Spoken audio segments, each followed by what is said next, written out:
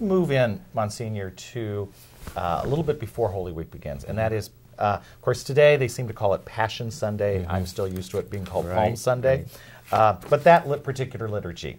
What are some faith lessons we can apply to our lives from this liturgy? And is one question. And the other question that I want to throw out at you is, why do we have the Passion both on this particular Sunday and then repeated again on Good Friday? Except you're doing it from two different Gospels. I know that, but why does the Church present that two times? I believe that the Church begins the last week of Lent with this celebration called Palm Sunday or Passion Sunday, because then there again, the Passion of Christ does not simply exist on Good Friday without a context. And the context is that his passion actually began when he came into Jerusalem. Because this is what happened on Palm Sunday has to be seen in light of Good Friday. And remember, on Palm Sunday he entered and he was jubilantly welcomed as Christ the King. And so he's entering into his passion. He goes through the gates of Jerusalem.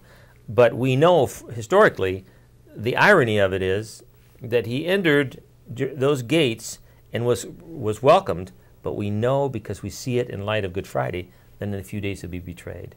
So his passion begins in a kind of an ironic moment that that makes no sense.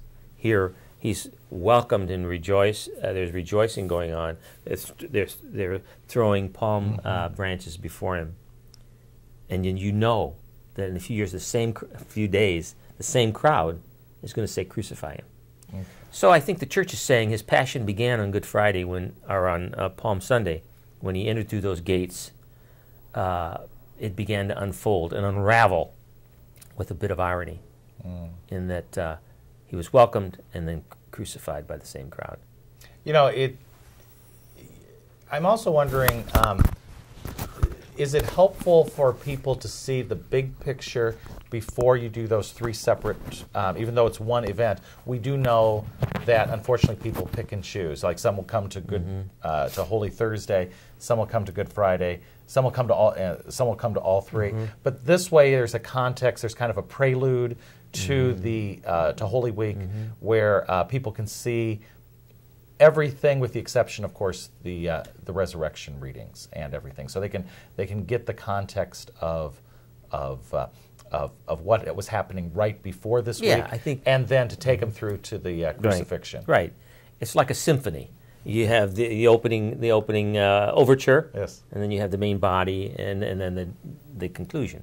And so the prelude to this great orchestral symphony of Christ's passion, death, and resurrection begins with this entrance into Jerusalem. So that's kind of the prelude, beginning number of this great symphony. I like how you put that. Now, why the readings of the Passion two times? I think it might be good to know that in the preconciliar rite, the ancient form of the Roman Rite, during Holy Week, the tradition would be you'd have one gospel proclaimed the Passion on Palm Sunday. You have a second one on Holy Week Monday, and a third one on Holy Week Tuesday. Okay. And then the fourth one on Good Friday. So you get all four renderings of the Passion story during Holy Week. With the post-conciliar liturgy, the Pauline liturgy, the ordinary usage, we just have two on Palm Sunday and Easter Sunday. And I think Good Friday.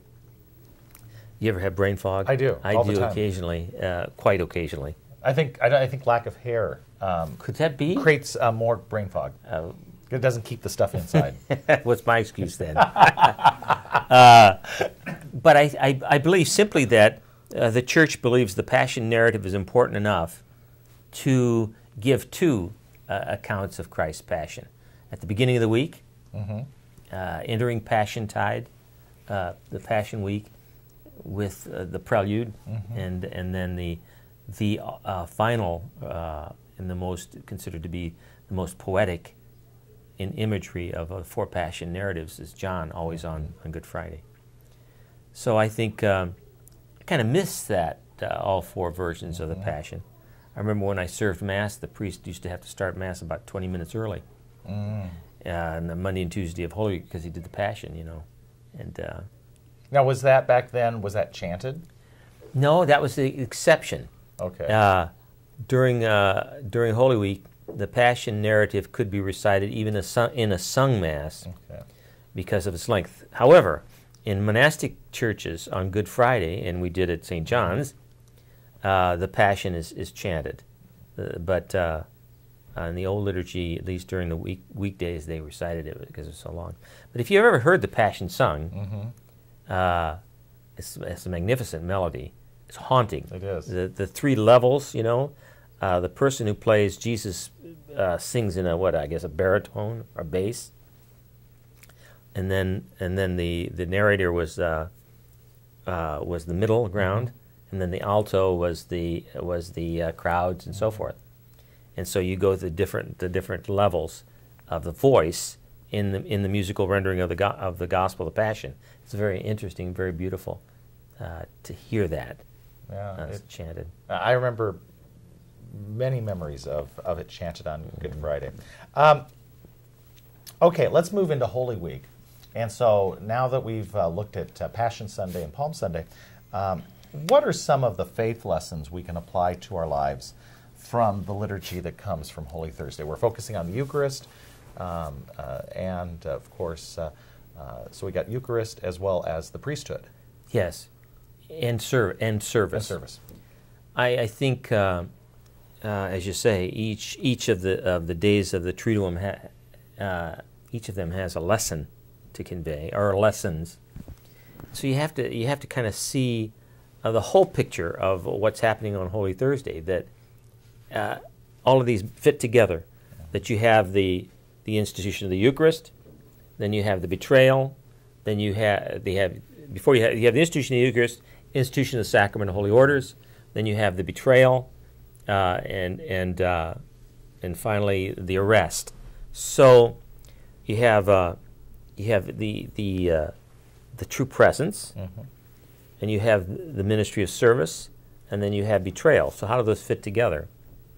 Well, the institution of the Eucharist empowers us to serve as ministers of the gospel in whatever capacity the Lord has called us to, and at the same time to recognize, I think, that betrayal element, that in our struggles to be faithful to the Lord, in our ministry, we are going to experience the struggles of betrayal and abandonment and misunderstanding from people, and sometimes some of our own.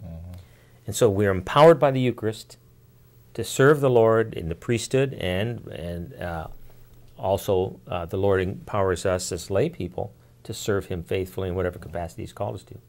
Recognizing, of course, there's a Judas experience in all of that we're going to find rejection and abandonment sometimes on the part of our own people.